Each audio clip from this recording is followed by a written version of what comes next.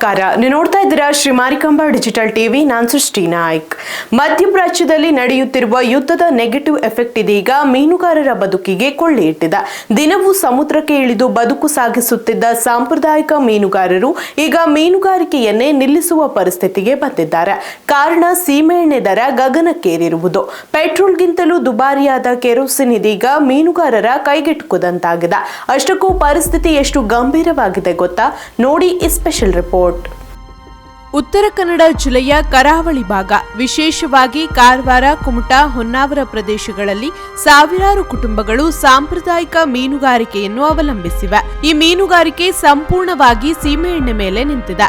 ಆದರೆ ಮಧ್ಯಪ್ರಾಚ್ಯ ಪ್ರದೇಶಗಳಲ್ಲಿ ನಡೆಯುತ್ತಿರುವ ಯುದ್ಧದ ಎಫೆಕ್ಟ್ನಿಂದಾಗಿ ಜಾಗತಿಕ ಮಾರುಕಟ್ಟೆಯಲ್ಲಿ ಇಂಧನ ದರಗಳು ಏರಿಕೆಯಾಗಿವೆ. ಅದರ ನೇರ ಪರಿಣಾಮ ಕೆರೋಸಿನ್ ಬೆಲೆಯಲ್ಲಿ ಏರಿಕೆ ಕಂಡುಬಂದಿದೆ.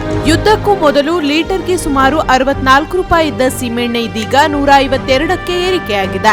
ಸರ್ಕಾರ 35 ರೂಪಾಯಿ ಸಬ್ಸಿಡಿ ನೀಡಿದರೂ ಮೀನುಗಾರರು ಲೀಟರ್ಗೆ 117ರಂತೆ ಖರೀದಿ ಮಾಡಬೇಕಾಗಿದೆ. ಇದೇ ವೇಳೆ ಪೆಟ್ರೋಲ್ ದರಕ್ಕಿಂತಲೂ ಕೆರೋಸಿನ್ ದುಬಾರಿಯಾಗಿರುವುದು ಮೀನುಗಾರರನ್ನು ಸಂಕಷ್ಟಕ್ಕೆ ತಳ್ಳಿದೆ. ಹೀಗಾಗಿ ದಿನನಿತ್ಯದ ಮೀನುಗಾರಿಕೆ ವೆಚ್ಚವೇ ದುಪ್ಪಟ್ಟಾಗಿದೆ. ಇನ್ನು ಬಹುತೇಕ ಸಾಂಪ್ರದಾಯಿಕ ಮೀನುಗಾರರು ಸಮುದ್ರಕ್ಕೆ ಇಳಿಯುವುದನ್ನೇ ನಿಲ್ಲಿಸಿಬಿಟ್ಟಿದ್ದಾರೆ. ಆದಾಯ ಇಲ್ಲ, ವೆಚ್ಚ ಹೆಚ್ಚಾಗಿದೆ. ಹೀಗಾಗಿ ಬದುಕೆ ಸಂಕಷ್ಟಕ್ಕೆ ಸಿಲುಕಿದೆ. ನಾಡದೋಣಿಗಳಿಗೆ ಸೀಮೆಎಣ್ಣೆಯನ್ನ ವಿತರಿಸುವ ಕುರಿತಂತೆ ಕೆಲವು ಮೀನುಗಾರರು ಈಗಾಗಲೇ ತಮ್ಮ ಮನವಿಯನ್ನ ತೋಡ್ಕೊಂಡಿದ್ದಾರೆ. ಅಂದ್ರೆ ಸೀಮೆಎಣ್ಣೆಯ ಒಂದು ದರವು ತುಂಬಾ ಹೆಚ್ಚಾಗಿದ್ದು ಮೀನುಗಾರಿಕೆಗೆ ನಮಗೆಲ್ಲ ಅನುಕೂಲ ಆಗ್ತಿಲ್ಲ ಅಂತ ಹೇಳಿ.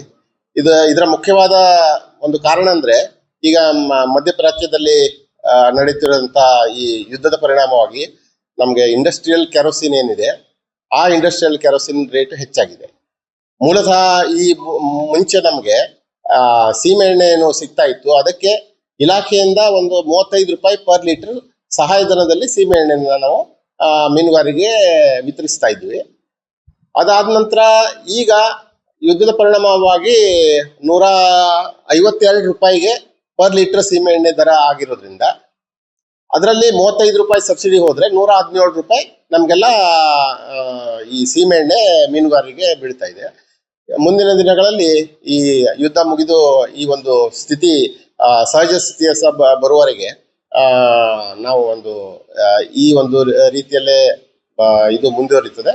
ಮುಂದಿನ ದಿನಗಳಲ್ಲಿ ಮೀನುಗಾರರಿಗೆ ಅನುಕೂಲವಾಗುವಂತೆ ಸೀಮೆಎಣ್ಣೆ ದರದಲ್ಲಿ ಇಳಿಕೆ ಆಗುವ ಒಂದು ಸಾಧ್ಯತೆಗಳು ಇದೆ ಅಂತ ಹೇಳಿಕ್ ಬಯಸ್ತೀನಿ. ಈಗ ಇದು ಈ ಸಬ್ಸಿಡಿಯನ್ನ ಮೀನುಗಾರಿಕೆ ಸೀಮೆಎಣ್ಣೆಗೆ ಕೊಡುವಂತ ಸಬ್ಸಿಡಿ ಏನು ಅಮೌಂಟ್ ಇದೆ, ಇದನ್ನ ಹೆಚ್ಚಿಗೆ ಮಾಡ್ಲಿಕ್ಕೆ ಇದು ಪಾಲಿಸಿ ಮ್ಯಾಟರ್ ಆಗಿರೋದ್ರಿಂದ ಇದು ಮುಂದಿನ ದಿನಗಳು ನಾವು ಈಗಾಗಲೇ ಸರ್ಕಾರಕ್ಕೆ ಪ್ರಸ್ತಾವನೆ ಸಲ್ಲಿಸುವಂತೆ ಮಾನ್ಯ ಜಿಲ್ಲಾಧಿಕಾರಿಗಳಲ್ಲೂ ಕೇಳ್ಕೊಂಡಿದ್ದೀವಿ. ನಾವು ಸಹ ನಮ್ಮ ಸೆಕ್ರೆಟರಿ ಅವರಿಗೂ ಕೇಳ್ಕೊತಾ ಇದ್ದೀವಿ. ಮೀನುಗಾರರು ಸರ್ಕಾರದ ಮುಂದೆ ಮನವಿ ಮಾಡಿಕೊಂಡಿದ್ದು ಸೀಮೆಎಣ್ಣೆಗೆ ನೀಡುವ ಸಬ್ಸಿಡಿಯನ್ನು ಹೆಚ್ಚಿಸಬೇಕೆಂದು ಒತ್ತಾಯಿಸಿದ್ದಾರೆ. ಈ ಬಗ್ಗೆ ಸರ್ಕಾರಕ್ಕೆ ಪ್ರಸ್ತಾವನೆ ಸಲ್ಲಿಸಲು ಕ್ರಮ ಕೈಗೊಳ್ಳಲಾಗುತ್ತಿದೆ ಎನ್ನುತ್ತಾರೆ ಮೀನುಗಾರಿಕೆ ಇಲಾಖೆ ಅಧಿಕಾರಿಗಳು. ಒಟ್ಟಾರೆ ಸೀಮೆಎಣ್ಣೆ ದರ ಏರಿಕೆ ಕೇವಲ ಇಂಧನ ಸಮಸ್ಯೆ ಅಲ್ಲ, ಇದು ಸಾವಿರಾರು ಮೀನುಗಾರರ ಜೀವನೋಪಾಯಕ್ಕೆ ದೊಡ್ಡ ಸವಾಲಾಗಿ ಪರಿಣಮಿಸಿದೆ. ಒಟ್ಟಿನಲ್ಲಿ ಜಾಗತಿಕ ಯುದ್ಧದ ಪರಿಣಾಮ ಕರಾವಳಿ ಭಾಗದ ಮೀನುಗಾರರ ಬದುಕನ್ನೇ ಅಸ್ತವ್ಯಸ್ತಗೊಳಿಸಿದೆ. ಕೆರೋಸಿನ್ ದರ ಇಳಿಕೆ ಅಥವಾ ಸಬ್ಸಿಡಿ ಹೆಚ್ಚಳ ಆಗದಿದ್ದರೆ ಸಾಂಪ್ರದಾಯಿಕ ಮೀನುಗಾರಿಕೆ ಸಂಕಷ್ಟಕ್ಕೆ ಸಿಲುಕುವ ಭೀತಿ ಎದುರಾಗಿದೆ. ಸರ್ಕಾರ ತಕ್ಷಣ ಕ್ರಮ ಕೈಗೊಳ್ಳುತ್ತದೆಯಾ ಎಂಬುದನ್ನು ಕಾದು ನೋಡಬೇಕಿದೆ.